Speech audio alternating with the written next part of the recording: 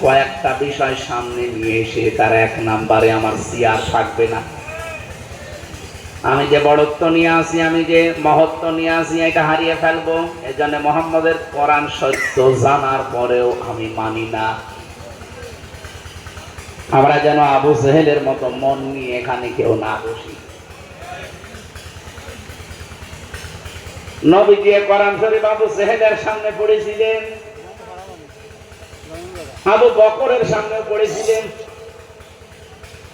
হযরতে আবু বকর কোরআন শোনার পরে তার ঈমান যা ছিল আরো বেড়ে গেছে, আর আবু জেহেল কোরআন শোনার পরে ওর ঈমান বাড়ে নাই। ঈমান তো নেই, বাড়বে কি? ওর শয়তানি বেড়েছে। এজন্য শয়তানি এত করেছিল, ওর মতো শয়তানি পৃথিবীতে কোরআনের পেছনে কেউ করে নাই। ওকেও আল্লাহ সেরকম নাম করা বানিয়ে দিয়েছে, কিন্তু সে নামটা সুনামের না বদনামের। কথা বলেন ঠিক কিনা? যারা কোরআন এখন শুনছে, ভবিষ্যতেও যারা শুনবে, ফায়াত্তাবিউনা আহসানা, এবং অনুসরণ করে চলবে এর ভেতর থেকে উত্তম বিষয়গুলো। আজকে আমি 3টা বিষয় টাচ দেব। এই দুনিয়াতে আমি প্রায় 500-র উপরে অপরাধের নাম পেয়েছি। কোরআনে কারিমের 250টা নাম আছে অপরাধের, যেগুলো আমরা গুনাহ বলেছি। এই 250টা অপরাধের ভেতরে মাত্র 3টা গুনাহ বা অপরাধ দুনিয়ায় যদি কেউ করে, আল্লাহ পাক কোরআনের এই আয়াতের ভেতরে ঘোষণা দিয়েছেন তার শাস্তি হবে ডবল। 250 শাস্তি, 250 গুনাহ বা অপরাধের জন্য। যে কোনো অপরাধ দুনিয়াতে কেউ যদি করে, তার শাস্তি আখিরাতে আল্লাহ একটা দেবে মাত্র। কিন্তু এই 3টা গুনাহ যদি কারো জীবনে থাকে, তার শাস্তি হবে ডবল। আল্লাহ যদি বলে ডবল, তো শাস্তির ধরন এবং তার তীব্রতা কত বেশি, এটা আমাদের মাথায় ধরবে না। সুতরাং আমরা এই 3টা অপরাধে যদি এই লড়াইতে কেউ থাকেন, আর এটা রেকর্ড হচ্ছে, সারা পৃথিবী শুনছে, আমি আহ্বান জানাবো, পৃথিবীতে 175 কোটি মুসলমান এখন, যাদের কানে বিভিন্ন ভাষায় রূপান্তর হয়ে আজকের এই কথা যাবে, শোনার পরে যেন আল্লাহর দিকে তাকিয়ে আমরা অপরাধগুলো ছেড়ে দিতে পারি। বলেন আমিন। সুতরাং এর উত্তম কথাগুলো আজকে আমরা যদি অনুসরণ করে চলতে পারি, এখানে ইত্তাবিউনা, তাবউন শব্দটা আছে, যেহেতু কামিল মাদ্রাসা বহু আলেম বসে আছেন। তাবাআই, তাবউন শব্দের শাব্দিক অর্থ হচ্ছে দেখে দেখে চলা। কোন মানুষ যদি দেখে দেখে চলে, সামনে কিভাবে চলছে, এটার আরবি অর্থ, আরবি নাম হচ্ছে তাবউন। রাসূলুল্লাহকে আল্লাহ শুধু কোরআনকে তাবউন করার জন্য, অনুসরণ করার জন্য বলেন নাই, আল্লাহ রাসূলুল্লাহকে অনুসরণ করার জন্য ঘোষণা দিয়েছেন, কুল ইন কুনতুম তুহিব্বুনাল্লাহা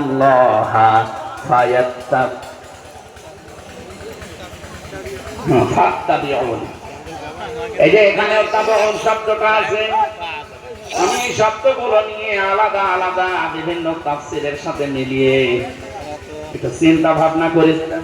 এখানে এত আওয়াজ হয় কি, এভাবে তো বোঝানো যাবে না।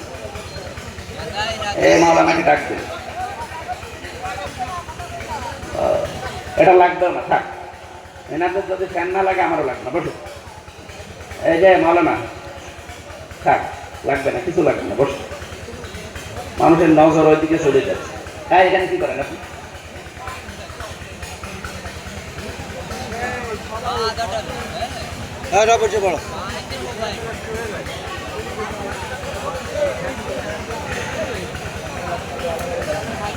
না, লাগবে না, বসো, বসো।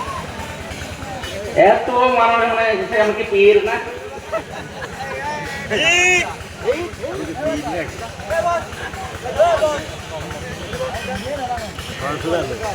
যেভাবে আছে এভাবে একটু বসেন, ঘন্টা খানেক বসেন, আমি শেষ করে দিচ্ছি।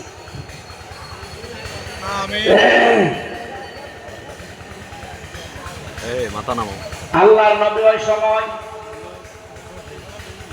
প্রচার করার সময় আবু জেহেল যে কথাগুলো বলেছিল তার কর্মীকে, নবীজির কান পর্যন্ত পরবর্তীতে যাবার পরে উনি আফসোস করেছিলেন যে কি অবস্থা, আমি তো মন থেকে তো ক্লাসের সাথে চেষ্টা করি কোরআনে কারিম প্রচার করা। আর এই লোকটা বলল কি, ওনার মন খারাপ হওয়ার পরে আল্লাহ কোরআনে কারিমের এই সূরা আনআমের 33 নম্বর আয়াত নাযিল করেন, ক্বাদ না'লামু ইন্নাহু লা ইয়াহযুনুকাল্লাযী ইয়াকুলুনা ফাইন্নাহুম লা ইউকাযযিবুনাকা ওয়ালাকিন্নাজ যালিমিনা বিআয়াতিল্লাহি ইয়াজহাদুন। ক্বাদ না'লামু, অবশ্যই আমি জানি, ইন্নাহু লা ইয়াহযুনুকাল্লাযী ইয়াকুলুনা ফাইন্নাহুম লা ইউকাযযিবুনাকা। হে নবী, ওই মানুষগুলো যা বলে, কথায় যে আপনি কষ্ট পান, আপনার মনের ভেতরে যে আঘাত লাগে, এটা আমি জানি। এটা আশ্চর্যের বিষয়, তারা কিন্তু আপনাকে মিথ্যাবাদী বলে না, বরং জালেম যারা, তারা আল্লাহর আয়াতগুলো অস্বীকার করে চলছে এবং চলবে।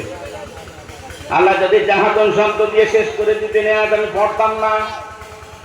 জাহাদুন দিয়েছেন, তার মানে এখন যেহেতু কোরআন আছে, কোরআনে কারিমকে অস্বীকার করার মানুষও এ জামানায় আছে না নেই? হ্যাঁ, কোরআন যারা আমরা প্রচার করছি তারাও জানি যে আমির হামজা এসেছে, ও বাবার কথা বলবে না, আর বানিয়েও কথা বলতে পারবে না। লা ইয়াতিহিল বাতিলু মিন বাইনি ইয়াদাইহি ওয়ালা মিন খালফিহি তানজিলুম মিন হাকিমিন হামিদ।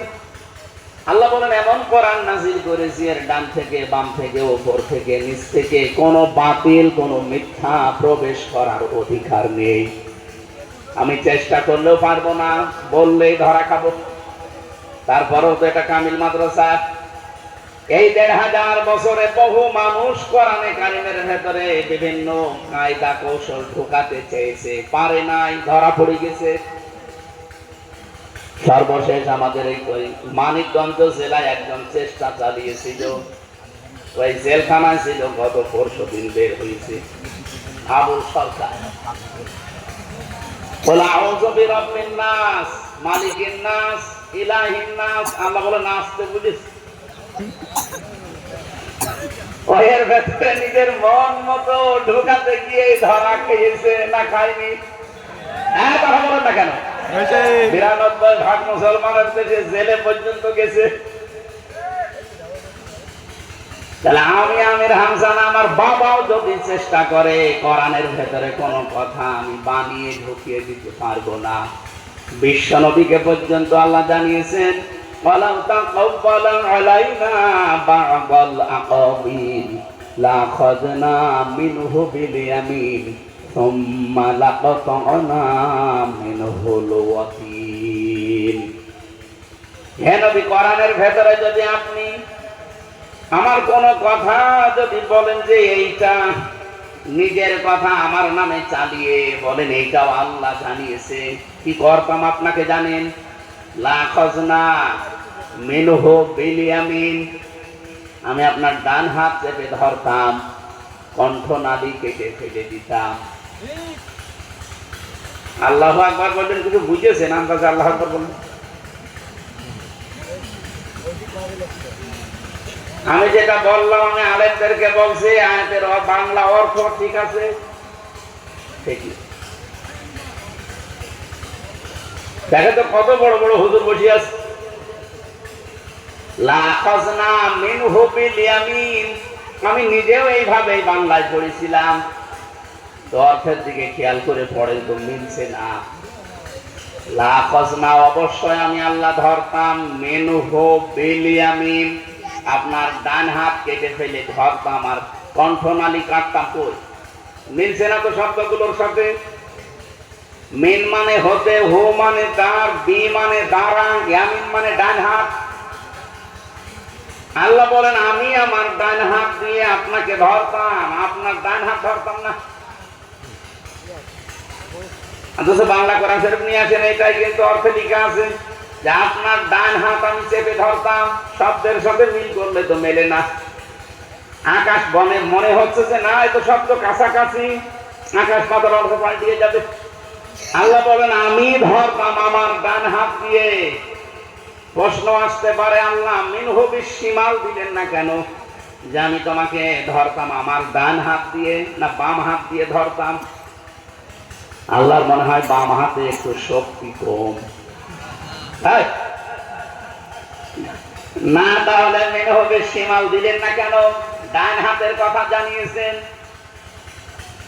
আমরা সচরাচর যে উদাহরণ দিলে বুঝি, আমার আল্লাহ ওই উদাহরণ কোরআনে বেশি দিয়েছেন। আমরা সচরাচর চোখে দেখি আমাদের এই ডান হাতের চাইতে বাম হাতের শক্তি বেশি না কম?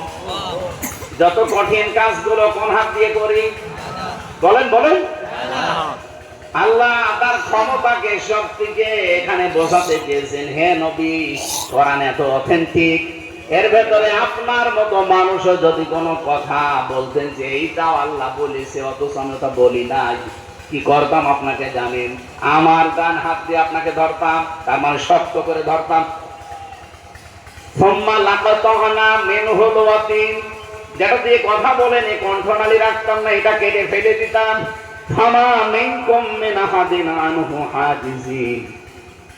আর এই ব্যাপারে আপনাকে আমার হাত থেকে বাঁচানো কেউ সক্ষম ছিল না। কোরআন যে কত অথেন্টিক কিতাব, এর ভেতরে কোনো কিছু আজ পর্যন্ত ঢোকানো সম্ভব হয়নি, কিয়ামত পর্যন্ত হবেও না। আজ পৃথিবীর ৪,৫০০ ধর্ম, কোনটা মানলে আপনি আল্লাহর সন্তুষ্টি পাবেন, জান্নাত পাবেন, গ্যারান্টি আজ দুনিয়ায় নেই। অথচ ওই ধর্মগুলো আল্লাহ অনেকটা বানিয়েছিলেন। পৃথিবীতে আমরা নিজে তাওরাত পাঠিয়েছেন আল্লাহ, ইনজিল পাঠিয়েছেন আল্লাহ, জাবুর পাঠিয়েছেন, তারও তো অনুসারী এখন অনেকে আছে।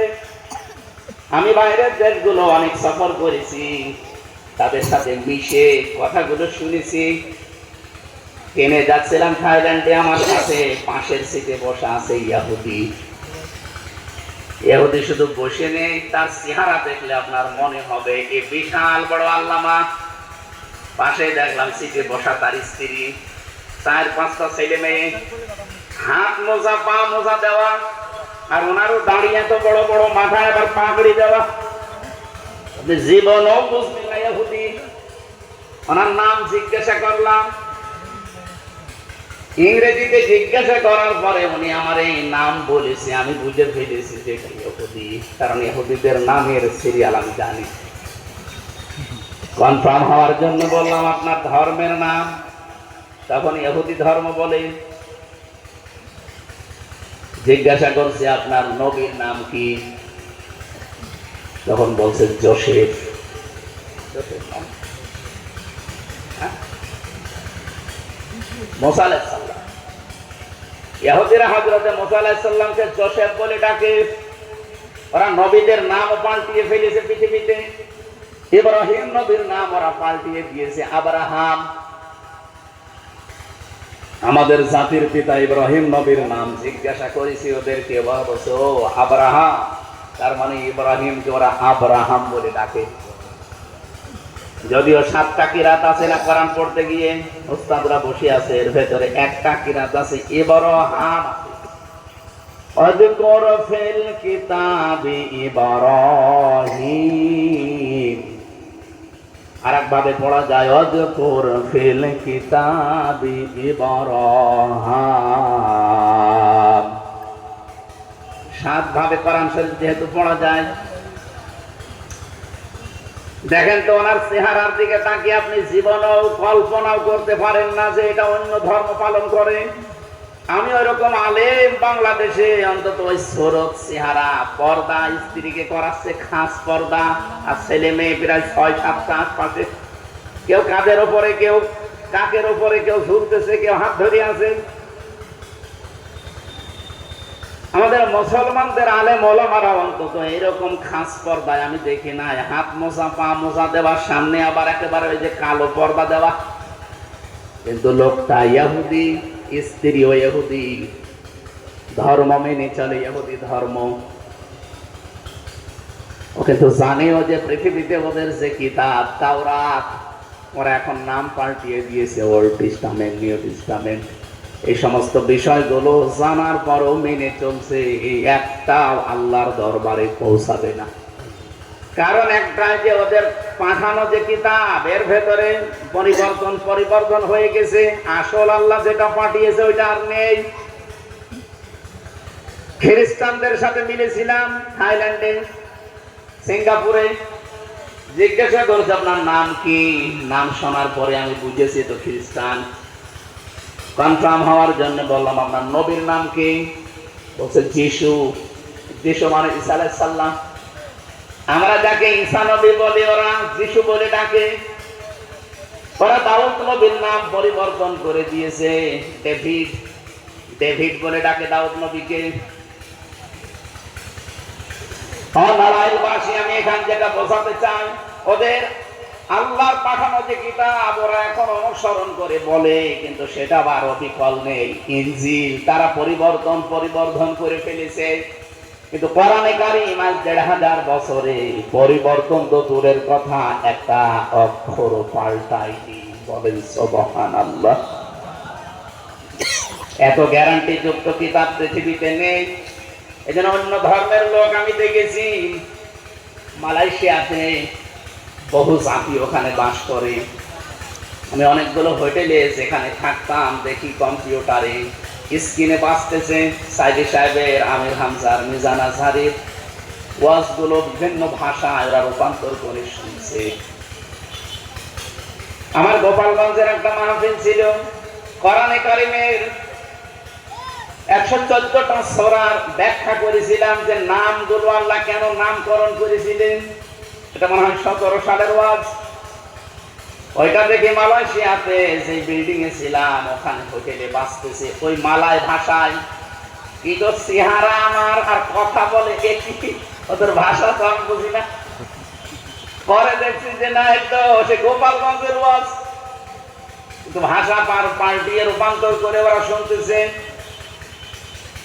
যেন পৃথিবীর যত মুসলমানেরা আছে অন্য ধর্মের কথা বাদ দিলাম, যারা শুনতেছে তাদের জন্য সতর্ক বাণী দিচ্ছি এবং আশার বাণী শোনাচ্ছি। আমাইয়াবতাগি গায়রাল ইসলামি দীনান ফালাই ইউকবালা মিন ওয়া হুয়া ফিল আখিরাতি মিনাল খাসিরিন।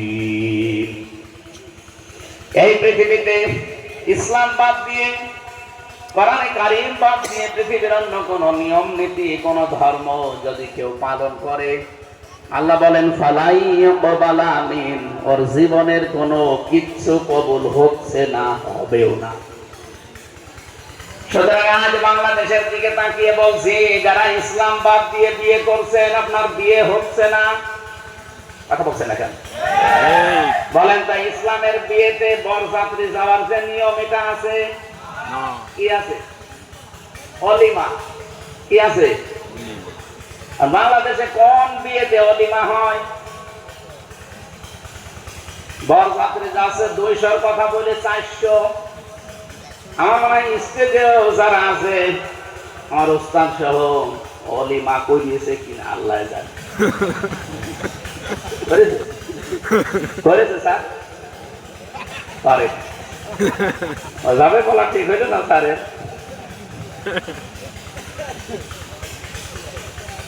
এই যে মেয়েদেরকে সম্মান দেওয়া হয় না, এই কথা যারা ধোয়া তোলেন, বিভিন্ন জায়গায় যারা দল তৈরি করেছে, সংগঠন বানিয়েছে, নারী স্বাধীনতা আন্দোলন, নারী মুক্তি পরিষদ, এটা ১৩টা সংগঠন এখন এই দেশে কাজ করছে মেয়েদের পক্ষে।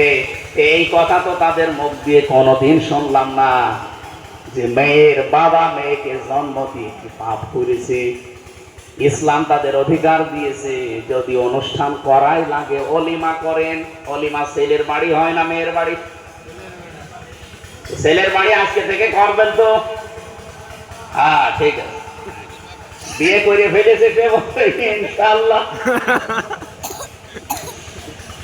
সম্মানিত মা বোনেরা, এভাবে একটা একটা করে যদি ধরা যায়, যত সম্মান মর্যাদা যত অধিকার সব ইসলাম আপনাদেরকে দিয়েছে, কিন্তু ওরা আপনাদের ভুল বোঝায়। সুতরাং এই বরযাত্রীর সিস্টেম আমরা আজকে থেকে বাদ দিতে চাই লড়াইলে। আর বরযাত্রী যাওয়া যাবে না, যদি যেতেই হয় তাহলে অলিমা করেন। ছেলের বাড়িতে করেন, আমরা সবাই মিলে যাবো। আমিন। তাহলে ইসলাম বাদ দিয়ে বিয়ে করলে কিন্তু বিয়ে হবে না। ইসলামের যৌতুক নেই, মহরানা আছে, যেটা বাকি পড়ে থাকে, আর যৌতুকটা নগদ দেওয়া হয়। পুরা উল্টা। একটা একটা করে জীবনের প্রতিটি দিক আর বিভাগ নিলাম। আজ যারা ব্যবসা করছেন ইসলাম বাদ দিয়ে, ওদের ব্যবসা হয় না, হয় সুদ হয়। আজ যারা রাজনীতি করছেন ইসলাম বাদ দিয়ে, না ওইটাও হচ্ছে না রাজনীতি। আমি ইঙ্গিত দিলাম, আশা করি আপনি বুঝেছেন। সুতরাং আপনার বিয়ে, আপনার ব্যবসা, আপনার রাজনীতি ইসলামের বাইরে যদি চলে যায়, আর আপনি যদি মনে করেন হ্যাঁ আমার এগুলো কবুল হয়, কোরআনের এই আয়াত আপনি কি করবেন? সূরা আলে ইমরান 85 নাম্বার আয়াত। শুধু দুনিয়ায় যদি শেষ হয়ে যেত তাহলে আমি এই আয়াতটা পড়তাম না। এর পরের শব্দটা তো আরো কঠিন। অহুয়া ফিল আখিরাতি মিনাল খাসিরিন। রব্বুল আলামিন বলেন এই মানুষগুলো সবচাইতে বড় ক্ষতিগ্রস্ত হবে আখিরাতে। অনড়াইলবাসী, আমি যে কথা বোঝাতে চাই, আমি অলরেডি চলে এসেছি। এই পৃথিবীতে ইসলাম বাদ দিয়ে কোন নিয়ম নীতি আজ ঠিক নেই, সব রদবদল হয়ে গেছে। যদিও আল্লাহ পাঠিয়েছিলেন তাওরাত, ইনজিল, জাবুর, ওগুলো ঠিক নেই। শুধুমাত্র ঠিক আছে এবং ঠিক থাকবে কোরআনে কারীম। কেন ঠিক থাকবে? কারণ ওগুলোর গ্যারান্টি আল্লাহ দেয়নি, হেফাজতের গ্যারান্টি আল্লাহ কোরআনের দিয়েছেন। ইন্না নাহনু নাযালনাল যিকরা ওয়া ইন্না লাহু লাহাফিজুন। বলেন আমিন। আমিন। আমি আহ্বান জানাচ্ছি, কোরআনে কারীম আল্লাহ রাব্বুল আলামিন নিজে যেহেতু দায়িত্ব নিয়েছেন, এর ভেতরে কোনো কথা আজ পর্যন্ত কেউ ঢোকাতে পারে না, আর পারবেও না, সে গ্যারান্টি আল্লাহ দিয়েছেন। সুতরাং আজকে থেকে যা শুনবেন এর উত্তম বিষয়গুলো, ফায়াত্তাবিউনা আহসানা, এর উত্তম বিষয়গুলো আপনাকে মেনে নেওয়ার আহ্বান জানাচ্ছি। মানবেন কিনা বলেন? বলেন বলেন। আজকে আমি 3টা বিষয় শুধু টাচ দিয়ে যাব, আশা করছি আপনারা মেনে নেবেন, কারণ 3টা উত্তম বিষয়। রব্বুল আলামিন বলেন উলাইকাল্লাযীনা হাদাহুমুল্লাহ, আমি আল্লাহ এই মানুষগুলোকে হেদায়েত দিয়ে থাকি। এখানে ফাইল আল্লাহ নিজে, কর্তা আল্লাহ নিজে। হেদায়েতের একচ্ছত্র মালিকানা যেহেতু আল্লাহর, এটা কোন মানুষের কাছে আল্লাহ দেয়নি, নবীর হাতে আল্লাহ দেয়নি। এইজন্য উলাইকাল্লাযীনা হাদাহুমুল্লাহ, এই মানুষগুলোই তারা যারা আমি আল্লাহর কাছ থেকে হেদায়েত প্রাপ্ত। সুতরাং আজকের এই ময়দানে যত মানুষ আছেন, আমি কোরআনে কারীম থেকে যে উত্তম বিষয়গুলো এখান থেকে ডেলিভারি দেওয়া হবে, যদি আপনি মেনে নেওয়ার সিদ্ধান্ত নিতে পারেন, আল্লাহ নিজে আপনাকে হেদায়েত দান করবেন। এবং আল্লাহ পাক বলেন উলাইকা হুমুল আলবাব, এই মানুষগুলোই আমি আল্লাহর কাছে জ্ঞানী। জোরে বলেন সুবহানাল্লাহ। সুবহানাল্লাহ। এই যে বুদ্ধিমান আল্লাহর কাছে কারা? যাদের নড়াইলে 5তলা বিল্ডিং আছে তারা। বলেন বলেন। ঢাকাতে যাদের 5টা ফ্ল্যাট কিনা আছে তারা বুদ্ধিমান। আল্লাহ বলেন বুদ্ধিমান তারা যারা আমার কোরআন শোনে এবং এর উত্তম বিষয়গুলো অনুসরণ করে জীবনে চলে। এই আয়াতটা মেনে চলার তৌফিক আল্লাহ এখন থেকে আমাদের দান করেন। বলেন আমিন। আমিন। রাসূলের উপরে দরুদ আর সালাম পড়ে আমরা আরম্ভ করছি। যে আয়াত পড়েছিলাম ওই যে ওখানে তাবউন শব্দটা আছে। হে নবী, আপনি বলেন যদি আল্লাহর ভালোবাসা পেতে চাও বা আল্লাহকে কেউ ভালোবাসিয়ে দাবি কেউ করতে চাও, তাহলে তার প্রথম শর্ত ফায়াত্তাবিউনি ফাত্তাবিউনি ইউহিব্বুকুমুল্লাহ। এক আলিফ টান আছে, এই এদিকে তাকান। ফাত্তাবিউনি, হে নবী আপনি বলেন তারা যেন অনুসরণ করে আপনাকে। ইউহিব্বুকুমুল্লাহ, আমি আল্লাহ নিজেই তখন তাদেরকে ভালোবাসা আরম্ভ করব। তাকে ভালোবাসা আরম্ভ করেছি এ কথা বলা নেই এখানে। ইউহিব্বু মোজারে, বর্তমান, ভবিষ্যৎ, প্রেজেন্ট, ফিউচার। এদিকে খেয়াল করে, কেউ যদি আল্লাহকে ভালোবাসি এ কথা বলে, এ দাবি আমাদের আছে না? যারা বলেন কালকে এক এমপি সাহেব মাননীয় স্পিকার, এই পৃথিবীতে সবচাইতে বেশি ভালোবাসি আমরা আল্লাহকে আর রাসূলুল্লাহকে। কথা বলার পরে একটা আইন কার্যকর করার জন্য আহ্বান জানিয়েছেন। যে পৃথিবীতে আমরা যারা ইমানদার, যেহেতু আমরা এই বাংলাদেশে 92% মুসলমান, 8% অন্য জাতি আছে, তাদের কথা বাদ দিলাম। এই 92% মুসলিম আমরা যারা, এখানে মাত্র 300 এমপির ভেতরে কয়েকজন শুধু হিন্দু মানুষ। আপনাদের এই মাগুরায় মনে হয় নিতাই রায় বলে একজন আছে, আর ঢাকাতে একজন আছে গয়েশ্বর চন্দ্র রায়। এই দুইজন বাদ দিয়ে আর হিন্দু এমপি মনে হয় বাংলাদেশে নেই। আছে নেই। একজন দাঁড়িয়েছিল, দাদা সে না কপে, দাদা ফেল করেছে, কি বলো না, জামাত ইসলাম থেকে দাঁড়িয়েছিল, বল না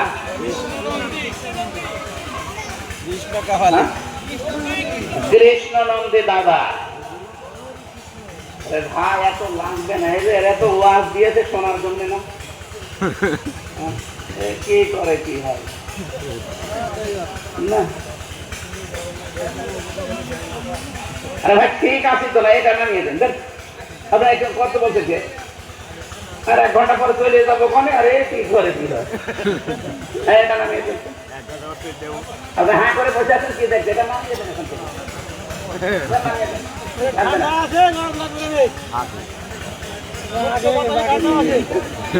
ঠিক আছে, আর নড়াচড়া করবে না ভাই, বসুন।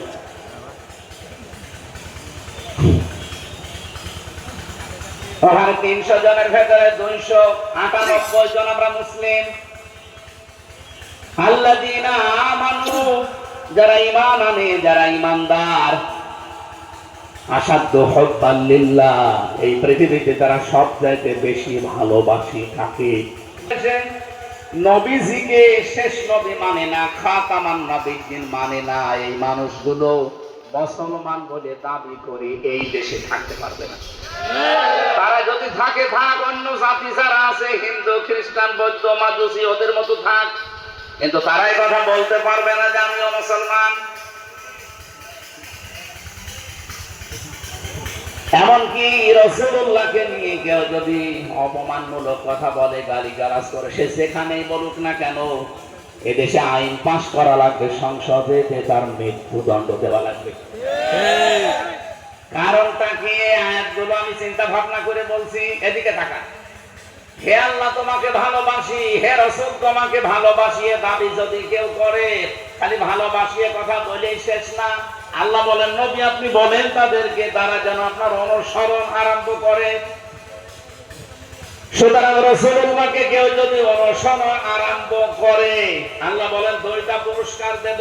ইউহিব্বুকুমুল্লাহ, আমি নিজেই তাকে ভালোবাসা আরম্ভ করব। কইয়েছি এ কথা বলা নেই, তাহলে মাঝি কি তো ইউহিব্বু, যেহেতু মজারে নড়াইলবাসী, এখন থেকে যে লোকটা রাসূলুল্লাহকে অনুসরণ করা আরম্ভ করবে, তাকে আল্লাহ ভালোবাসা শুরু করবে। আর আল্লাহ যদি কাউকে ভালোবাসে, ওয়ায়াগফির লাকুম যুনুবাকুম, এটাও মজারে ইয়াগফির, বর্তমান ভবিষ্যৎ, জামবন না দিয়ে যুনুব দিয়েছেন বহু বছর। আল্লাহর ভালোবাসা যদি কারো উপরে শুরু হয়ে যায়, পুরস্কার তার জীবনের কোনো গুনাহ থাকবে না, সব গুনাহ আল্লাহ মাফ করে দিচ্ছে এবং দেবে। নাকি দিয়েছে, দিয়েছে কথাটা এখানে নেই, দিচ্ছে এবং দেবে। এখানে আল্লাহ 2টা নামও নিয়েছেন, আল্লাহু গফুরুর রহিম। একটা গফুর আর একটা রহিম। কেন এই 2টা নাম নিলেন? কোন আয়াতের পরে যদি আল্লাহর নাম থাকে গুণবাচক, অবশ্যই তার ভেতরে কোনো সিগনিফিকেন্স আছে, কোনো শিক্ষা আছে। এই পৃথিবীতে আমাদের হায়াত এবং মউত বানিয়ে যে আল্লাহ দুনিয়ায় পাঠিয়েছেন একটা পরীক্ষা করার জন্য। আল্লাযী খালাকাল মাউতা ওয়াল হায়াতা লিয়াবলুয়াকুম আইয়ুকুম আহসানু আমালা। তোমাদের হায়াত, মউত আর হায়াত বানিয়ে দুনিয়ায় পাঠালাম কেন জানো? আমি আল্লাহ দেখতে চাই তোমাদের ভেতরে কে সবচাইতে ভালো কাজ করে আমার কাছে আসতে পারে। এই ভালো কাজের ব্যাখ্যা পুরা কোরআন শরীফে আল্লাহ ছড়িয়ে দিয়েছেন। সূরা সাফের যে আয়াত বলছিলেন মাওলানা ওয়াকিউজ্জামান, ওই আয়াতের পরে আছে যে এই পৃথিবীতে সবচাইতে আল্লাহর কাছে ভালো কাজ হচ্ছে জমিন যার বিধান চলবে তার। হয়তো বিস্তারিত যেতে পারিনি আমি, চলে আসার কারণে উনি এইটা ইঙ্গিত দিচ্ছিলেন। এমন একটা ব্যবসার উনি খোঁজ দিচ্ছিলেন যে ব্যবসাটা করলে আপনার জীবনে জাহান্নামের আগুন হারাম হয়ে যাবে, আপনি যে জান্নাত পাবেন ওই জান্নাতের বর্ণনা আয়াতের পরবর্তীতে আছে যে কিভাবে কিভাবে জান্নাত আল্লাহ সাজাবেন। জান্নাতিন তাজরি মিন তাহতিহাল আনহার। এখানে আল্লাহ জান্নাতুন শব্দ না জান্নাত বহু বচন দিয়েছেন। আরবি গ্রামার যারা বোঝে, আরবিতে আমরা জানি এক বচন, দ্বিবচন, বহু বচন। আর অন্যান্য এমন ভাষা আমি পড়েছি যে ভাষায় এক বচনের পরে একবারে বহু বচন, দ্বিবচন নেই। আপনি মালয়েশিয়াতে যাবেন, ওদের যে ভাষা, ওদের যে লেখাপড়া, ওদের এক বচনের পরে ওদের ভাষায় বহু বচন আছে, দ্বিবচনটা নেই। কিন্তু আমাদের যে বাংলা বলেন, বাংলায় এক বচন আছে, দ্বিবচন আছে, বহু বচন আছে। কথা বলছে না কেন? ইংরেজিতে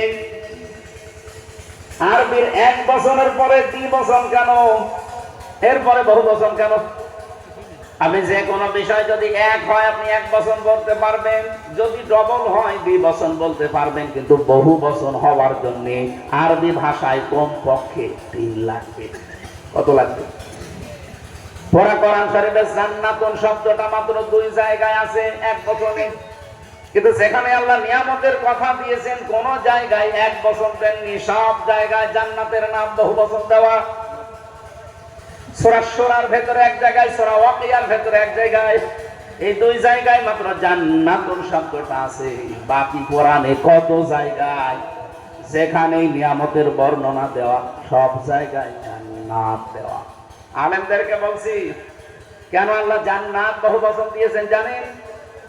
আমি যতগুলো তাফসীর পড়েছিলাম সামারাইজ করে করে মিলিয়ে এইটা আমি আমার জীবনে পেয়েছি। রব্বুল আলামিন যেহেতু বহু বচন জান্নাত দিয়েছেন, তার মানে এর ভেতরে কমপক্ষে 3 আছে। বহু বচন হতে হলে কত লাগে বলেন বলেন?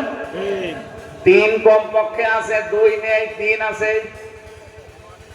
আমরা জানি কোরআনের সূরা আনামের ভেতরে আছে মান জাআ বিল হাসানাতি ফালাহু আশরু আমসালিহা।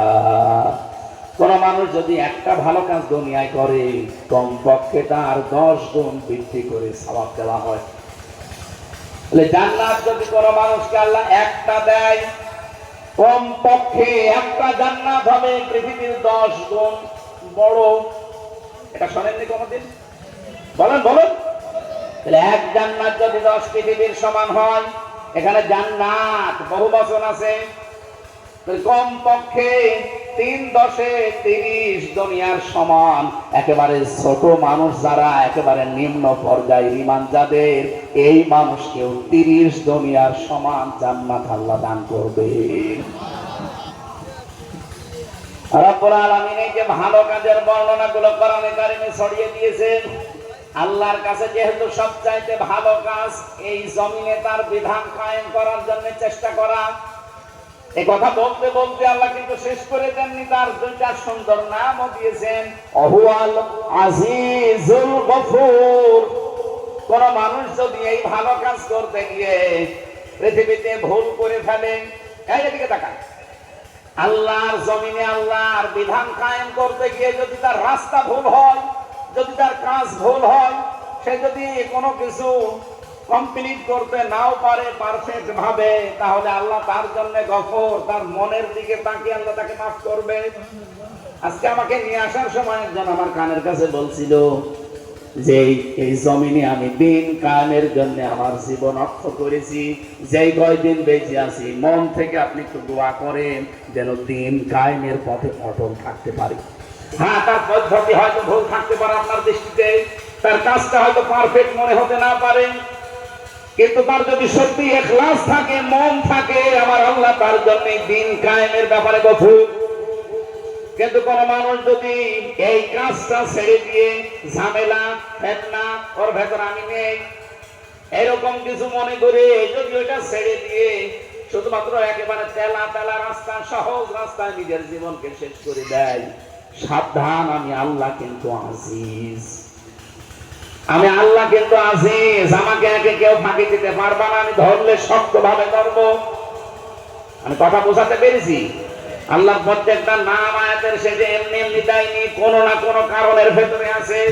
এখানে আল্লাহ দিয়েছেন দুইটা নাম, আল্লাহু গফুরুর রহিম।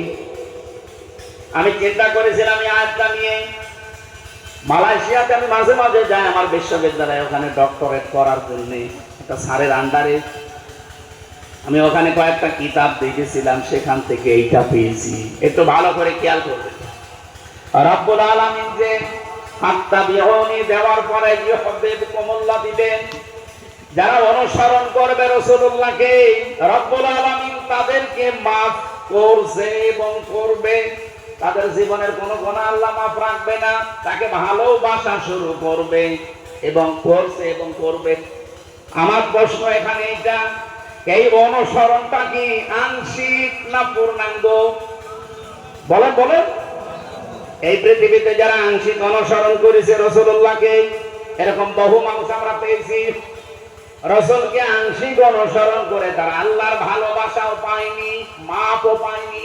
যেমন তার আপন চাচা আবু তালেব। আপনি কি মনে করেন যে রাসূলুল্লাহকে এই লোকটা ভালোবাসতো না? জীবন দিয়ে ভালোবাসতো। তার জীবনী পড়ে দেখেছি আমি আর রাহিকুল মাসতুমের ভেতরে। আবু তালেব নিজের আপন ছেলে হযরতে আলীকে কাছে রাখতো না রাতের বেলায়। এই ভাবিসার ছেলে, বাকি ভাইয়ের ছেলে মুহাম্মদ রাসূলুল্লাহ কোলের ভেতরে নিয়ে ঘুমাতো রাতে। নিজের ছেলেকে কোন জায়গায় নিয়ে যেত না, কিন্তু ভাইয়ের ছেলেকে সব সময় সাথে সাথে রাখতো। কারণ তার বাবা আব্দুল মুত্তালিবের কাছে কথা দিয়েছিল যে আমি যেই কয়দিন বেঁচে আছি, এই এতিম ছেলেটাকে আমি দেখে দেখে রাখবো। দিন প্রচার শুরু করার সময় নবীজিকে কত রকমের অফার দিয়েছিল আবু জেহেলরা। এমনকি চাচাকে পর্যন্ত এসে বলেছিল যে ভাতিজাকে থামান। উনি আদরের সহিত বলেছিলেন, হে আমার ভাতিজা মুহাম্মদ, তুমি এই কাজটা ছেড়ে দাও, ওরা আমাকে এই অফারের কথা জানিয়েছে। অর্থ সম্পদের মালিক বানিয়ে দেবে, সুন্দরী মেয়ে থেকে বিয়ে দিয়ে দেবে, ক্ষমতায় বসিয়ে দেবে, এরকম বহু অফার দিয়েছে। নবীজি ডাক দিয়ে বলেছেন, চাচা, ওরা যেগুলো দিতে চায় এগুলো তো সম্ভব, কিন্তু যেটা দিতে পারবে না, আকাশের ওই চাঁদ আর তারা যদি আমার ডান হাত বাম হাতে এনে দেয়, যে কাজ আমি আরম্ভ করেছি 1 সেকেন্ডের জন্য সর্বনাশ। আবু তালেব কথাটা শোনার পরে কি বলেছিলেন আপনি শুনেছেন কোনদিন? ডাক দিয়ে বলেছে, ভাতিজা মুহাম্মদ, যা পাও প্রচার করো, আমি আছি। হয়তো তোমার দিন, তোমার বিধান আমি মানি না, মানবো না, কিন্তু আমি পেছনে আছি, কেউ তোমার ক্ষতি করতে পারবে না। যদিও বর্ণনাটা দুর্বল, তার জন্য আমি শিক্ষার জন্য বলছি। জাহান্নামের আগুনের ফিতা শুধু তার পায়ের নিচে লাগানো থাকবে আবু তালেবের। এই ফিতার কারণে তার মাথার মগজ পর্যন্ত টকবক করে ফুটতে থাকবে। আমি তার এটা পড়েছিলাম আর রাহিকুল মাসতুমের ভেতরে, যে পুরা শরীরের ভেতরে তার জাহান্নামের আগুন লাগবে না, শুধুমাত্র পায়ের নিচে জুতা লাগিয়ে দেবে ফিতা। প্রশ্ন এসেছে ওই জায়গায়, আপনারা নবীকে যদি সঠিকভাবে জানতে চান, নবী রহমত বলে একটা বই আছে, আর রাহিকুল মাসতুম নামে আর একটা, এই দুইটা পুরা পড়বেন, অথেন্টিক ভাবে জানা যাবে পুরাটা। ওনারা লিখেছে, বর্ণনা নিয়ে আবার বলছি, যদিও দুর্বল, আমি শিক্ষার জন্য বলছি। লোকটার মাথা থেকে একেবারে পা পর্যন্ত কিছুই লাগবে না, শুধু পায়ের নিচে কেন লাগবে? কারণ আল্লাহর নবীকে এই লোকটা কখনো মাথায় নিয়েছে, কখনো বুকে নিয়েছে, কখনো চোমা দিয়েছে, কখনো পিঠে নিয়েছে। এমন কোন জায়গা নেই যে নবীর শরীর তার শরীরে লাগে নাই। শুধু পায়ের কাছে জীবনে রাখে নাই। পা দিয়ে লাথি লাগবে এরকম কোন জায়গা, এরকম কোন অবস্থা সে করে নাই। যেহেতু নবীর শরীরটা ওর পায়ে লাগে না, এই জন্য পায়ের নিচে জাহান্নামের আগুন লেগে যাবে, ওরা শরীরটাকে বাঁচিয়ে দেবে। আপনি বলেন তো, যে নবীর মহব্বতে ভালোবাসায় কি করে নাই? কিন্তু এই লোকটা যেদিন মারা যায়, নবীজি তার মাথার কাছে গিয়ে বলেছিলেন, ইয়া আম্মি আবি তালিব লা ইলাহা ইল্লাল্লাহ হাজ্জুল লাকা ইনদাল্লাহি ইয়াউমাল কিয়ামা, রাহুল বুখারী। হে চাচা, বহু মানুষ এখানে দাঁড়িয়ে আছে, আপনি শুধু আমার কানের কাছে মুখটা নিয়ে আল্লাহর একাত্মবাদের ঘোষণাটা দেন, বলেন লা ইলাহা ইল্লাল্লাহ মুহাম্মাদুর রাসূলুল্লাহ, বলা লাগবে না? এতটুকু যদি বলতে পারেন, আমি আপনার ভাতিজা কথা দিয়ে গেলাম, কিয়ামতের দিন আল্লাহর সাথে ঝগড়া করে হলো আপনাকে আমি জান্নাতে পৌঁছিয়ে দেব। পড়ে না, তার জীবনে নবীর প্রতি ভালোবাসা ছিল, মহব্বত ছিল, কিন্তু অনুসরণ তার জীবনে আমরা পাইনি। রব্বুল আলামিন তাকে মাফও করেনি, জান্নাত তো দেবেই না। বহু মানুষের জীবনী আমি পড়ে দেখেছি, তাদের রাসূলের আংশিক মহব্বত, আংশিক ভালোবাসা, আংশিক অনুসরণ ছিল, পূর্ণাঙ্গ ছিল না। এজন্য আল্লাহ তাদেরকে মাফ করে নাই। ও নড়াইলবাসী, আপনাদেরকে আমি বাঁচাতে চাই, আমরাও যদি রাসূলুল্লাহকে অনুসরণ করে চলি, আংশিক না পূর্ণাঙ্গ? বলেন বলেন।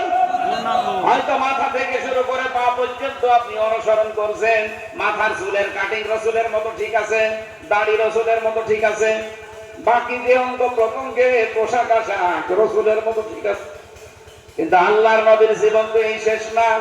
তার পরিবার ছিল, তার সমাজ ছিল, তার রাষ্ট্র ছিল, তার রাজনীতি ছিল, তার অর্থনীতি ছিল, তার সংস্কৃতি ছিল, তার ধর্মীয় জীবন ছিল। এই জায়গাগুলোতে কেউ যদি রাসূলুল্লাহকে অনুসরণ না করে অন্য কাউকে অনুসরণ করে চলে, বলেন তোর কি অনুসরণ পূর্ণাঙ্গ হয়েছে না আংশিক? আরো যারা বলেন।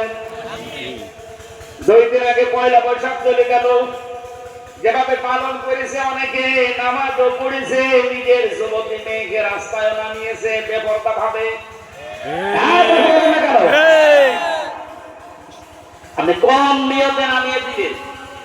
পয়লা বৈশাখ পালন করতে আপনাকে আমি নিষেধ করছি না, করেন, কিন্তু নিয়মটা আমি যেভাবে করেছিলাম যদি এইভাবে আমরা করতাম, এই অশ্লীলতার কারণে এই জিনিস যত জেনা ব্যভিচার হয়েছে এইগুলো হতো না।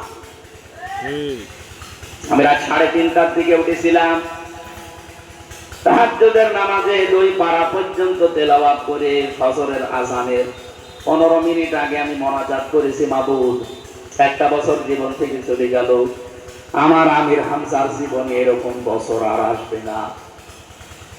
আমি যত চেষ্টা করি এই 1টা বছর আর জীবনে ফিরে পাবো না, অন্তত আগামী যে বছর আমি যদি হায়াত পাই, অন্তত তোমার বিধান আমি যেন আরো বেশি মানতে পারি, ওই রকম পরিবেশ তুমি বাংলাদেশে তৈরি করে দাও।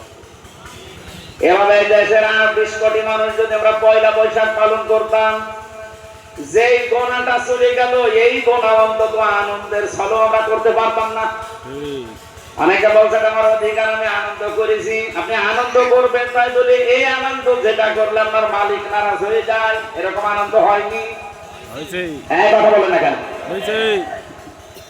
বহু মানুষ আমরা ভুল করে ফেলেছি।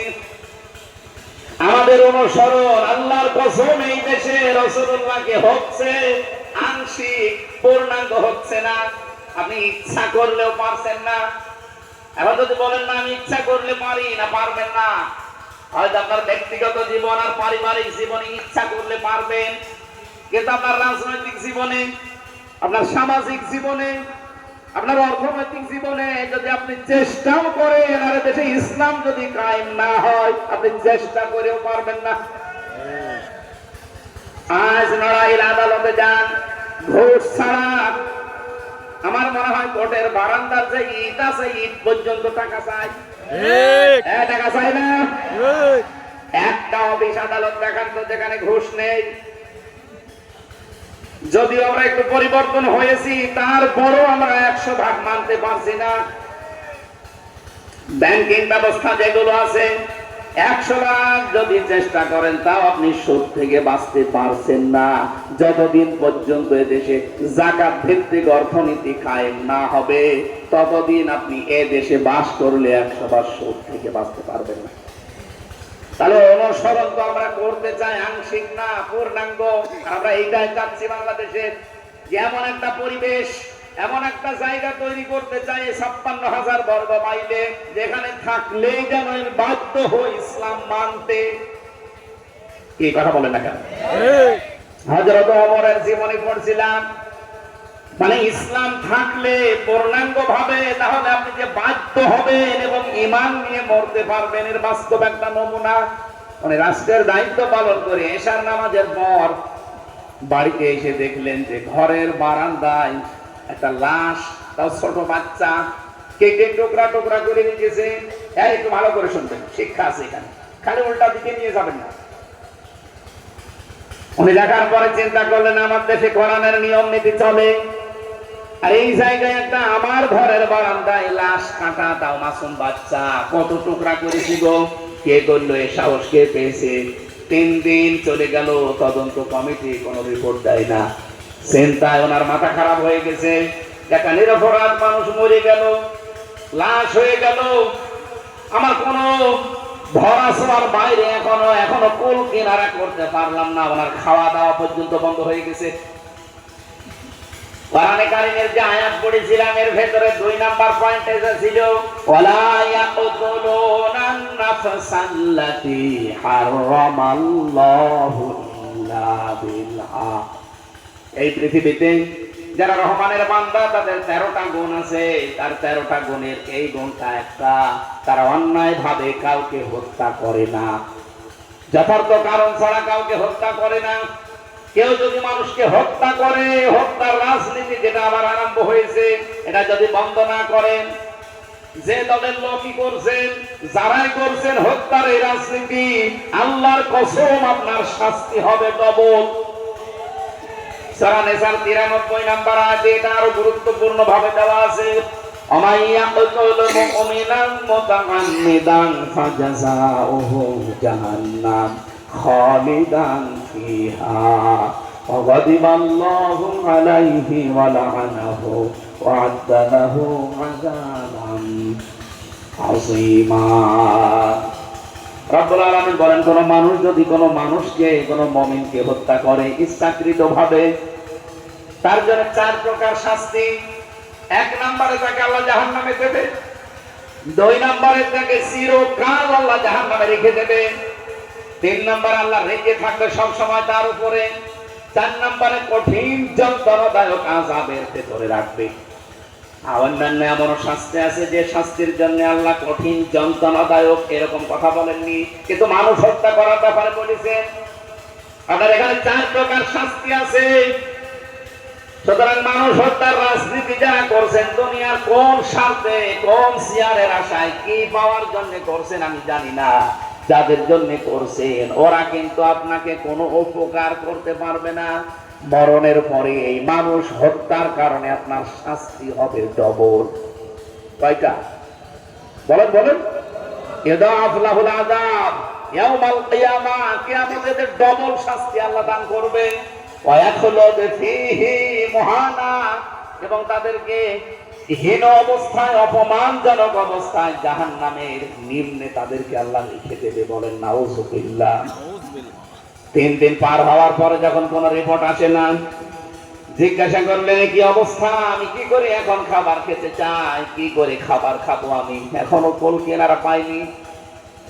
হঠাৎ একটা যুবতী মেয়ে এসেছে তার বাবাকে সাথে করে, ডাক দিয়ে বলছে, খলিফা আপনি চিন্তিত অবস্থায় আছেন, আপনার ঘরের বারান্দায় যে মাসুম বাচ্চার লাশটা, এটা আমার নিজের ছেলে, আমি নিজে ওরে জবাই করে 12 টুকরা করেছি, আপনার ঘরের সামনে রাতের বেলা আমি রেখে গেছি। হযরত ওমর ডাক দিয়ে বলেন, এই মেয়ে কি বলো, মাথা ঠিক আছে? বলে হ্যাঁ সব ঠিক আছে, আমি বুঝে শুনে এই কাজ করেছি। বুঝে শুনে কাজ করলে কি করে? শাস্তি যদি আমাকে দিতে চান, কোরআনের শাস্তি আমি জানি, এটা জানার পরে 3 দিন পরে আমি এসেছি। হযরত ওমর বললেন, কি কোন কারণে এগুলো করলে? আমি আমার বাবাকে নিয়ে জঙ্গলে থাকতাম, পাহাড়ি এলাকার জঙ্গলে থাকতাম, 3 জন মানুষ গেছে শিকার করার জন্য, আমার রূপ সৌন্দর্য দেখে আমার বাবাকে বেঁধে রেখে তারা আমার সম্ভ্রম নষ্ট করে, আমি গর্ভবতী হয়ে যান, এই সন্তানটা পেটে আসে। চিন্তা করেছিলাম দোষ তো এই বাচ্চাটার না, দোষ তো ওদের। জন্ম নেওয়ার পরেই কোরআনে কারিমের আয়াত আমার সামনে এসে বারবার, আমি নিজেও কোরআনের হাফেজা, বারবার কোরআনে কারিমের আয়াত আমার সামনে এসে ধাক্কা দিয়েছে। যদিও এই বাচ্চাটার কোনো দোষ নেই, কিন্তু বাচ্চাটা তো অবৈধ বাচ্চা, যারও সন্তান। কারণ ওর বাবা কয়টা? 3টা।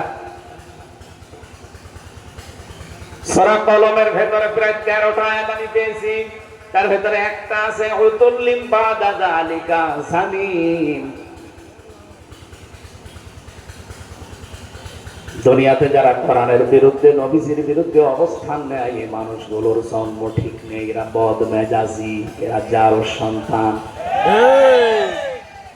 ডাক দিয়ে বলছে খলিফাতুল মুসলিমিন, আমি জানি আমার সন্তান দানির অপরাধ, কিন্তু সন্তান তো অবৈধ। কোরআনের আয়াত তো 100 ভাগ কার্যকর হবে পৃথিবীতে, যে যার সন্তানরা কোরআনের বিরুদ্ধে অবস্থান নেবে। আমি আমার পেটে জন্ম নেওয়া সন্তান বড় হয়ে কোরআনের বিরুদ্ধে মিছিল করবে, অবস্থান নেবে, আমি মা মেনে নিতে পারি না। এই জন্য ওকে মেরে ফেলেছি। তবে শুধু মেরেই ফেলে শেষ করিনি, আমার মনের ভেতরে তখন আরেকটা আয়াত এসে এই ধাক্কা দিয়েছে যে দুনিয়াতে অন্যায় ভাবে কাউকে যদি কেউ হত্যা করে, আরে হত্যার বিচার যদি দুনিয়ায় না হয়, কিয়ামতের দিন এই হত্যার বিচার আল্লাহ ডবল করে দেবে। কারণ কয়টা পাপের শাস্তি ডবল? 3টা। বলেন বলেন। তার ভেতরে এটা একটা, হত্যার শাস্তি ডবল হবে। অন্যায় ভাবে কাউকে যদি আপনি হত্যা করেন, শাস্তি মাস্ট বি ডবল হবে। হ্যাঁ, ওই শাস্তি যদি দুনিয়াতে আপনি পেয়ে যান, তাহলে কিয়ামতের দিন আল্লাহ ওইটা ডবল করে বিচার করবে না। আমরা 92 ভাগ মুসলমানের দেশে, সেই ব্রিটিশ আমলের সে আইন দিয়ে আমাদের দেশ চলছে। আমি তো কত মানুষের সাথে জেল খেটেছি, ফাঁসির আসামি, মার্ডার মামলার আসামি, হয়তো 30 বছর জেল দেয়, 22 বছর জেল খাটা লাগে। কাজ মাস করে ভেতরে কাজকর্ম করে 8 বছর মাপ, 22 বছর জেল খেটে লোকটা বের হয়ে গেল। হত্যার যে শাস্তি, এটা থেকে সে মাপ পেয়ে গেল। বাংলাদেশের শাস্তি থেকে হয়তো সে মুক্ত হয়ে গেল, কিন্তু আল্লাহর শাস্তি থেকে এই লোকটা জীবনেও মাপ পাবে না। মাপ পাওয়ার জন্য রাস্তা আছে 2টা। হয় 1 নম্বরে তাকে মেরে ফেলা লাগবে, অথবা তাকে ওই তার আত্মীয় স্বজন যারা আছে, এই মৃত লোকটার মা বাবা, স্ত্রী, সন্তান, তাদেরকে জরিমানা দেওয়া লাগবে, দিয়ত দেওয়া লাগবে। আমার মনে হয় বাংলাদেশে হত্যা যারা করছেন, তাদের এই জেলখানায় নিয়ে 20-30 বছর আটক করে খালি খাওয়ানো এগুলো বাদ দিয়ে যদি হয় ওকে মেরে ফেলতেন, অথবা যাকে মেরেছে তার পরিবারকে যদি ওরা যা চায় তাই দেওয়া লাগতো, তাহলে বাংলাদেশে হত্যার এই রাজনীতি বন্ধ হয়ে যেত। আমরা ইসলাম যদি এবার ক্ষমতায় নিয়ে যেতে পারতাম, এই আইনটা সংসদে বা পাশ করতাম, এই 46 দিনে কতগুলো মানুষ বিনা কারণে মরে গেল আপনি বলেন। এই 46 দিনের ভেতরে শুধু নিজেদের দলীয় কোন দলেই মরেছে প্রায় 43 জন। 46 দিনে যদি 43 জন মরে, বাকি 5 বছরে শুধু নিজেদের কত মরবে? ঠিক আছে, একটাও মরতো না এভাবে অন্যায় ভাবে। আর এমনিতেই অ্যাক্সিডেন্ট হয়ে ওই যে রাজবাড়ির গলন্দ ঘাটে পড়ে চট্টগ্রামের অ্যাক্সিডেন্ট হয়ে ট্রেনার বাসে, ওগুলো তো সব বাদই দিলাম। শুধু নিজেদের ভেতরে কামড়া কামড়ি করে মরেছি 43 জন 46 দিনে। একটা হত্যার বিচার আমরা করতে পারি না এখনো। হাতি হত্যার বিচারও এখনো পর্যন্ত কোনো অগ্রগতি নেই। অনড়াইলবাসী, আমি যেটা বোঝাতে চাই এখান থেকে, মেয়েটা বলছে খলিফা আমি জানি মানুষ হত্যা করলে, না আমার এই বিষয়টা পরিষ্কার হওয়া দরকার। তাহলে এই জেলের ব্যবস্থা বাদ দিয়ে, ব্রিটিশের এই নিয়ম নীতি বাদ দিয়ে, যদি কোরআনের নিয়ম এবার আমরা এই 298 জন মুসলমান এমপি যদি আমরা কায়েম করতে পারতাম, বলেন তো আগামীতে এই 5 বছরে বিনা কারণে কেউ মরে গেছে, মেরে ফেলেছে, এই কথা শোনা লাগতো? আপনি কি করবেন হত্যা মামলার আসামিকে দিয়ে?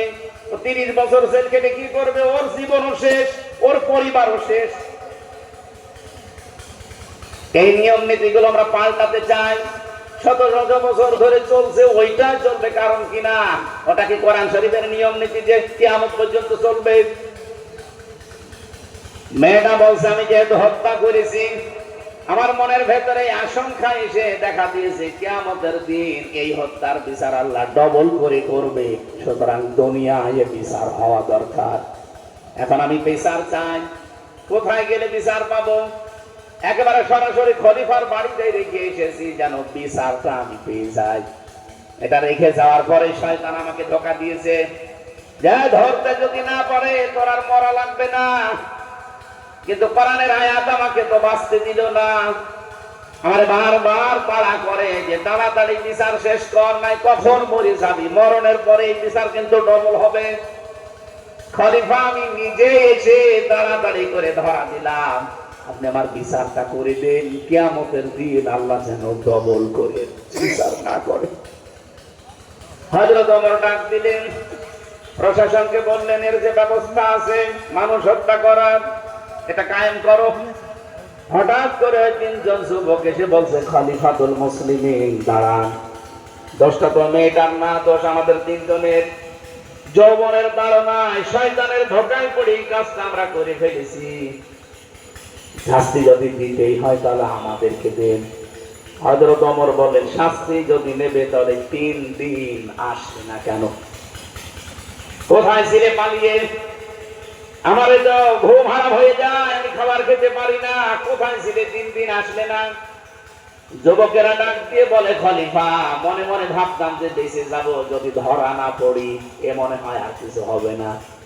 কোরআন শরীফ আমরাও পড়েছি, আমরাও বুঝি, কোরআন আমাদেরকে বারবার তাড়া করে, যে গুনাহ করেছো যদি এই জেনার শাস্তি দুনিয়াতে না নাও, কিয়ামতের দিন আল্লাহ ডবল করে শাস্তি দেবে।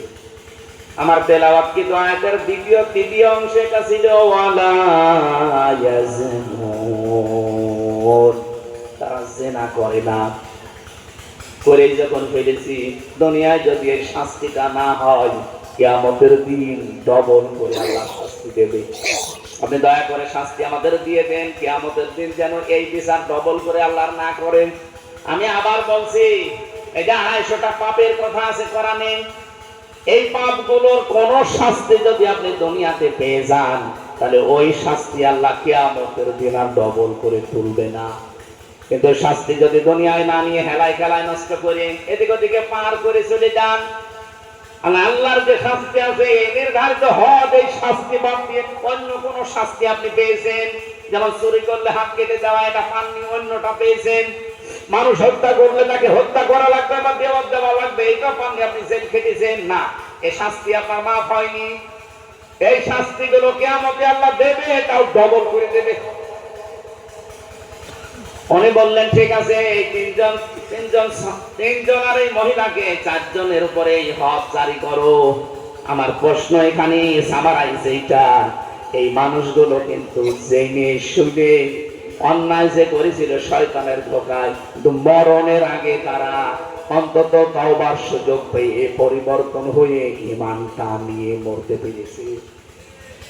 বাংলাদেশের এই 56,000 বর্গ মাইলে যদি কোরআনের নিয়ম নীতি চালু হয়ে যায় আর 100 ভাগ যদি চালু হয়, আল্লাহর কসম করে বলতে পারি, এই দেশে যদি কোরআনের নিয়ম আমরা চালু করতে পারি, আপনি অন্যায় করবেন, গুনাহ করবেন, পাপ করবেন, হ্যাঁ মানুষের অন্তর তো শয়তান লেগে আছে, যদি সত্যি কিছু করেও থাকেন, কোরআনের নিয়ম নীতি আপনাকে বাধ্য করবে মরণের আগে ঈমানটা নিয়ে মরায় সাহায্য করবে।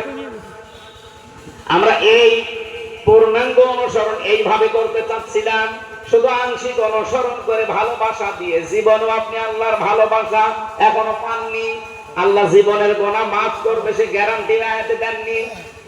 যেন আমাদের অনুসরণ করা দরকার পুরাটা রাসূলুল্লাহর জীবনে যা আমরা পেয়েছি। আমি 3 জন নবীর ডাইরেক্ট দোয়া কোরআনে পেয়েছি রাষ্ট্র সম্পর্কে, আর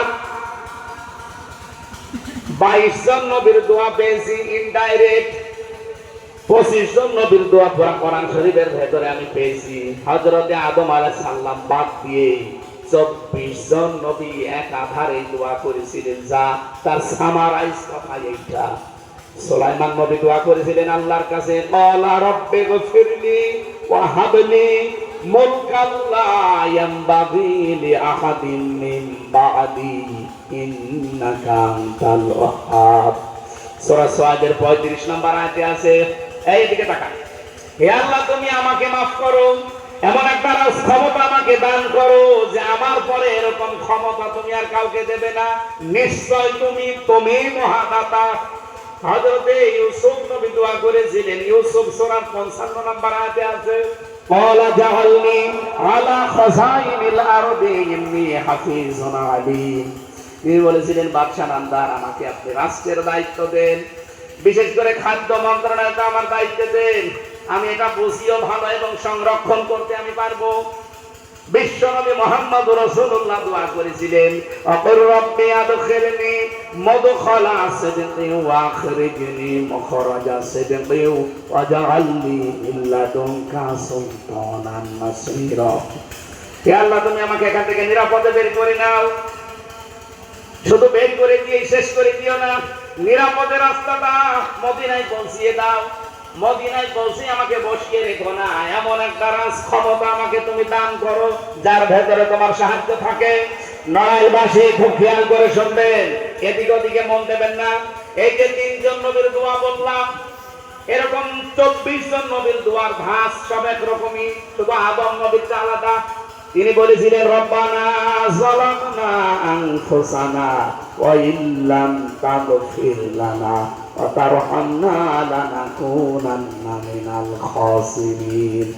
ওনারটা শুধু আলাদা ছিল, বাকি সব নবীর দোয়া ছিল, আল্লাহ তুমি আমাকে মাফ করো আর ক্ষমতা দাও যার ভেতরে তোমার সাহায্য থাকে, আমি এ বিষয়ে বুঝি ভালো এবং সংরক্ষণ করতেও আমি পারবো।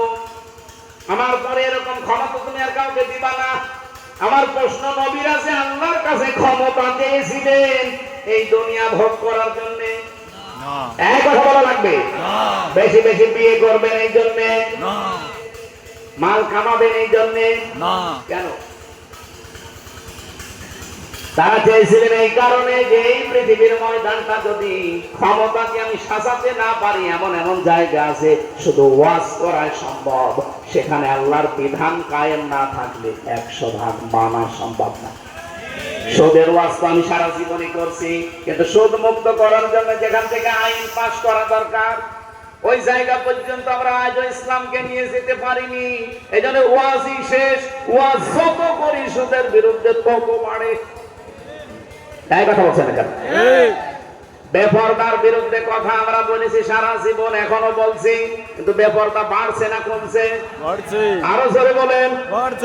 মেয়েদের চুল তার স্বামী বাদে অন্য কাউকে দেখানো জায়েজ নেই, অথচ আজকে আমি নাম নিলাম না, বসে থাকতেও তো সমস্যা, সামনে এদিকে এদিকে সব দিকে, মাথায় তো কাপড় নেই, বাধ্য হয়ে চোখ বন্ধ করে থাকবেন কতক্ষণ? সারাদিন থাকা লাগে, সেই সকাল 10টা থেকে আরম্ভ করে রাত 8:30 9টা পর্যন্ত এক জায়গায়, কতক্ষণ চোখ বন্ধ করে থাকবো? সারা জীবন যদি আমি এই পর্দা বেপর্দার বিরুদ্ধে ওয়াজ করি আর ওই সংসদে যদি আমি আইন পাশ করে কায়েম করতে না পারি, খালি ওয়াজই শেষ, এটা কার্যকর হবে?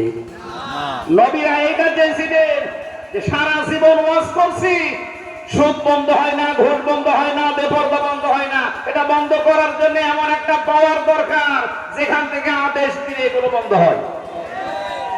তাহলে নবীরা ওনারা পৃথিবীতে টাকা পয়সা কামাই করার জন্য, বেশি বেশি বিয়ে করার জন্য ক্ষমতা চাননি, চেয়েছিলেন আল্লাহর বিধানকে কায়েম করে শান্ত শিষ্ট পরিবেশ উপহার দিতে। আল্লাহর কসম, আমি আমার ইমান থেকে বলছি, অন্য কে কি করে আমি ওটা জানি না। আমরা ইসলামী রাজনীতি করি, ইসলামী আন্দোলন করি, এই বাংলাদেশে দিন কায়েম করতে চাই। আমার মন থেকে এইটাই যে এই কথাগুলো এতদিন যা বলেছি এগুলো কায়েম যদি করতে পারি, শুধু বলা না, এগুলো 100% মানানো সম্ভব। আগে মনে মনে ভাবতাম যে আল্লাহ, একবার শুনি যে এমপি হলে নাকি 14 বংশ বসে বসে খায়, কি করে খায়? এখন দেখছে যে কি করে খায়। এখন খাল খনন চলছে, 6.5 কোটি টাকা অলরেডি এসেছে, এখন আমার 6 লাখ। ওই আগে যারা ছিল আমার মনে হয় তারা সই করে 1 কোটি টাকার খাল খনন করতো, 5.5 কোটি টাকা আল্লাহ রাস্তায় পেত। আমার কুষ্টিয়ার মেডিকেল কলেজ 750 কোটি টাকার প্রজেক্ট, 100 কোটি টাকার মেশিন শুধু পড়ে আছে, এখনো ব্যবহার হয়। আপনি জীবনে 750 কোটি টাকা গুনিয়ে শেষ করতে পারবেন? এখন এটা চালু করতেও ঝামেলা, মানে এটা শুরু হয়েছে সেই 2011 সালের 9 অক্টোবর, এটা 26 সাল চলছে। আমার মনে হয় এটা গিনিস বুকে ওঠার মতো একটা বিষয়। 23টা বিভাগ চালু হওয়ার কথা, 2টা বিভাগ চালু হয়ে পড়ে আছে। আপনাদের নাই মাগুরায় মনে হয় মেডিকেল কলেজ আছে না? নেই, মাগুরায় আছে। হ্যাঁ, আছে, মাগুরায় আছে। আমার কুষ্টিয়ার আশপাশ জেলায় তো নেই, রাজবাড়ী নেই, মেহেরপুরে নেই, চুয়াডাঙ্গায় নেই, ঝিনাইদহে নেই, কুষ্টিয়ায় নেই। এই 5টা জেলার মানুষ অন্তত ওখানে উপকার পেত যতটা চালু হয়ে যেত। যেখানে মেডিকেল কলেজে গেলে হয়তো 2000 টাকায় শেষ হয়ে যাবে কাজ, সেটা প্রাইভেট ক্লিনিকে 20,000 22,000 টাকা লাগবে। ওই যে রাঘব বোয়াল আছে, বলছে না থাক, আপনার অত দরকার কি, আপনি কি এখান থেকে কিছু খাবেন? না খাওয়া না, মানুষকে আমি কথা দিয়েছি যে চালু করবো। এখন সব কিছু প্রসেস করে নিয়ে এসেছি, এতগুলো টাকার সম্পদ পড়ে আছে। এখান থেকে যদি আমি সই করে উল্টা পাল্টা করে এই টাকাগুলোর থেকে হাফ টাকা মেরে দেই, আমরা যারা আছি, একজন অফিসার বলছিল যে এরকম দায়িত্বে থাকলে আমি 50 কোটি টাকা 1 মাসে কামাই করতে পারি। হ্যাঁ, সম্ভব। এরকম কত সরকারি প্রজেক্ট, যত মন্ত্রণালয় আছে, শুধু ঘোরাঘুরি করে কাজ নিয়ে আসবো, অর্ধেক কাজ হবে আর অর্ধেক বাবা শাহজালাল শাহজালাল। আমার 5 বছরে যা উপায় হবে, আমার মনে হয় 14 বংশ না 28 বংশ বসে বসে খাবে, কিছু করা লাগবে। যারা অনেকে রাজনীতি করে এরকম ধান্দায় করে কিনা বলেন তো? তা আমি আমার ইমান থেকে বলছি, 5 বছরে আমার একটা টাকা বাড়বে না, যা আছে আরো কমে যাবে। 300 এমপি, 1628 জন মানুষ এই দেশের দায়িত্বে আছি। এই মানুষগুলো যদি এই নিয়ত নিয়ে আমরা কাজ করতাম, এই দেশটা 5 বছরে অন্তত মালয়েশিয়া না হলেও হাফ মালয়েশিয়া হয়ে যেত। তাহলে আমরা ক্ষমতা চাই নবীদের মতো, বেশি বেশি বিয়ে করবো এই জন্য না, টাকা পয়সা কামাবো এই জন্য না। আমরা চাই যা আসবে এগুলো যেন সুষ্ঠু বন্টন হয়ে সরকারি এমপি, বিরোধী দলের এমপি এবং স্বতন্ত্র এমপি যারা, প্রত্যেকের জন্য বাজেট সমান। দেখেন তো, আমি প্রত্যেকের জন্য সমান তো বাজেট আসে, প্রত্যেকের জন্য কি সমান কাজ হয় কিনা? জীবনও হবে না। এই যে 77 জন আমরা আছি, সবার কথা আমি বলতে পারি না। যা আসবে আমরা ঘোষণা দিয়েছি কুষ্টিয়ার সদর আসনের জন্য, যেখানে যেটা আসবে একটা টাকা হলেও আমরা পৌঁছিয়ে দেবো ইনশাআল্লাহ। অনেকে যারা ফেল করেছিল আমার সাথে, তারা আমার পরবর্তীতে অনেকে জানিয়েছে, কি গো 44, 46, 47 দিন চলছে, আমরা যদি পাস করতাম আমার মনে হয় কয়েক হাজার কোটি টাকা আমরা মালিক হয়ে যেতাম। কিভাবে হইতে? ওই রাস্তা। তাছাড়া সঠিক ভাবে থেকে 1000 কোটি টাকা না, 1 টাকারও মালিক হওয়া সম্ভব, আরো কমে যাবে। সম্মানিত ভাইরা, আমরা যে কথা আপনাদেরকে বোঝাতে চাচ্ছি, জেনার এই পরিবেশটা বাংলাদেশ থেকে আমরা মুক্ত করতে চাই। যারা অন্যায় ভাবে মানুষ হত্যা করার রাজনীতিতে নেমেছে, মানুষ হত্যা করার টেন্ডেন্সি চলছে, এটা আমরা বন্ধ করতে চাই।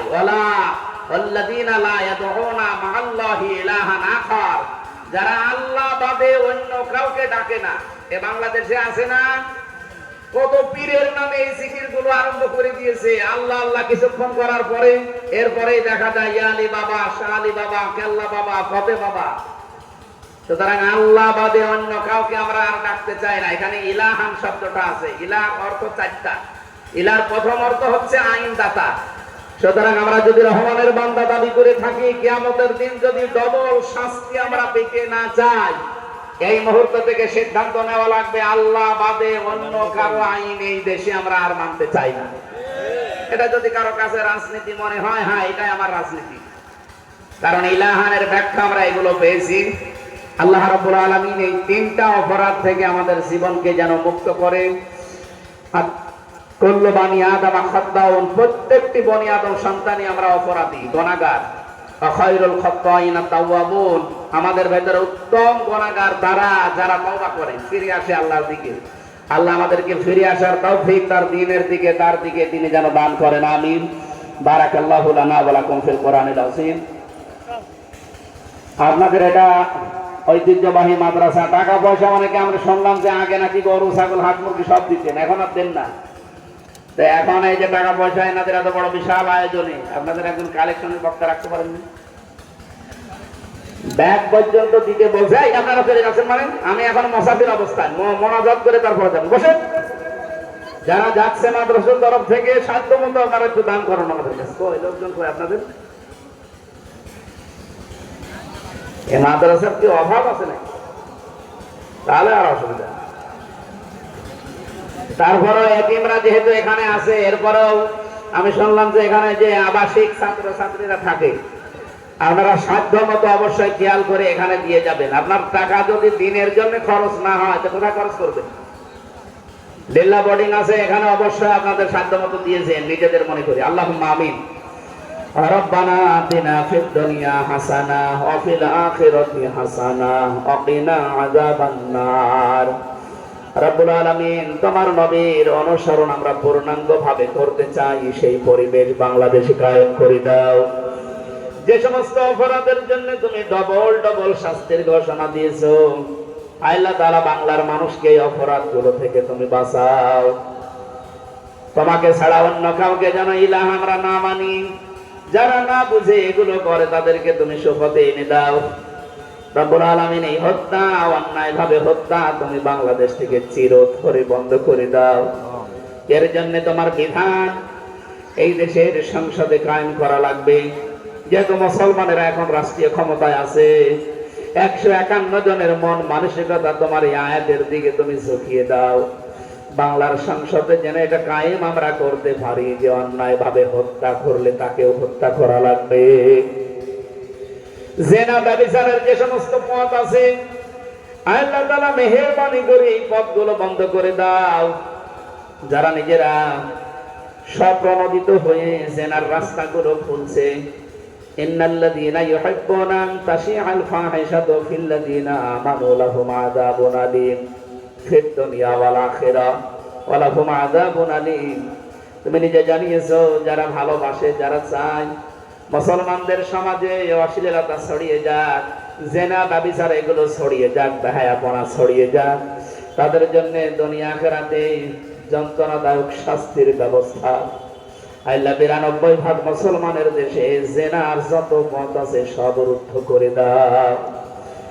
বিশেষ করে এই 3টা অপরাধের শাস্তি হবে দ্বিগুণ। আমরা মুসলমান যারা দাবি করছি, আমাদেরকে তুমি মেহেরবানি করে বাঁচাও। অন্যান্য ধর্মের লোক যারা আছে, আল্লাহ তাদেরকেও তুমি তাদের ধর্মীয় রীতিনীতি অনুসরণ করে চলার তৌফিক দাও। আমাদের এই এলাকায় যত মানুষ কবরে ঘুমিয়ে আছে, কবরগুলো জান্নাতুল ফেরদাউস বানিয়ে দাও। রব্বুল আলামিন, নবীর ঘর এই মাদ্রাসাটা 76 বছর এখানে চলছে। হাজার হাজার আলেম ওলামা এখান থেকে বের হয়ে দ্বীনের খেদমতে আছে। কিয়ামত পর্যন্ত এই প্রতিষ্ঠানটা দ্বীনের মার্কাজ হিসাবে কবুল করে নাও।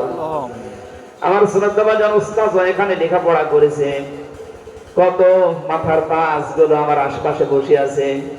এ মাদ্রাসার শিক্ষক শিক্ষিকা ছাত্র ছাত্রী যারা আছে, এদের মেধাস্মৃতি খুলে দাও, এদের ইখলাস আরো বাড়িয়ে দাও।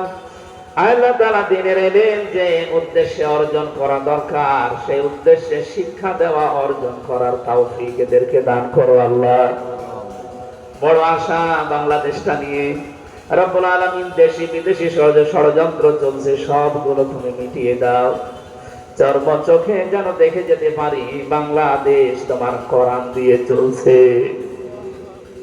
রব্বুল আলামিন, সম্মানিত মা বোনেরা পর্দার আড়ালে বসে আছে, জেনা যদি বন্ধ হয়ে যায়, বেপরদা যদি বন্ধ হয়ে যায়, তাহলে মেয়েরা সবচাইতে বেশি নিরাপদে থাকবে। আল্লাহ, মেয়েদেরকে তুমি এমন একটা পরিবেশ বাংলাদেশে কায়েম করে দাও, যেখানে থাকলে তোমার বিধানগুলো নির্দ্বিধায় মানা যায়।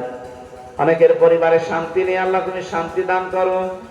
ছেলে মেয়ে যাদের লেখাপড়া করছে, 21 তারিখে অনেকের পরীক্ষা, আল্লাহ এদের মেধাস্মৃতি খুলে দাও, উত্তীর্ণ হওয়ার তৌফিক দাও।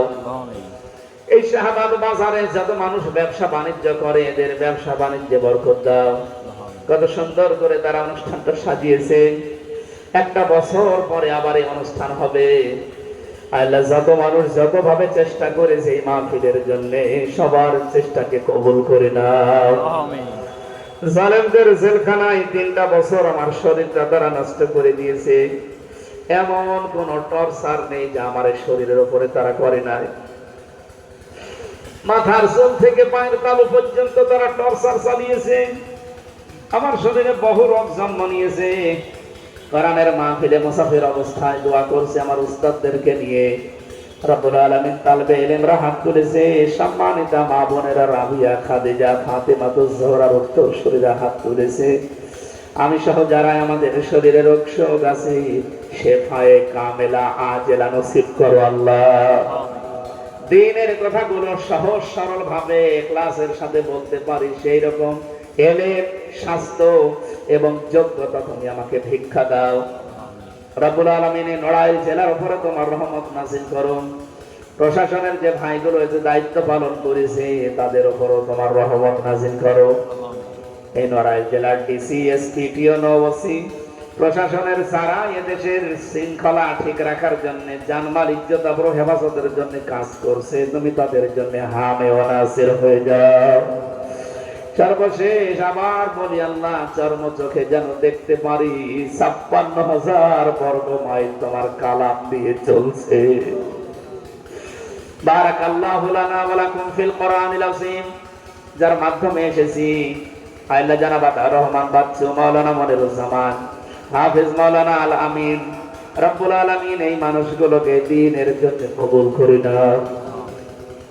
তখন কার কাছে আজরাইল চলে আসে কেউ জানি না। মরতে আমাদের কোনো দুঃখ নেই, কিন্তু সেজদা অবস্থায় কোরআন পড়া অবস্থায় মরণ চাই।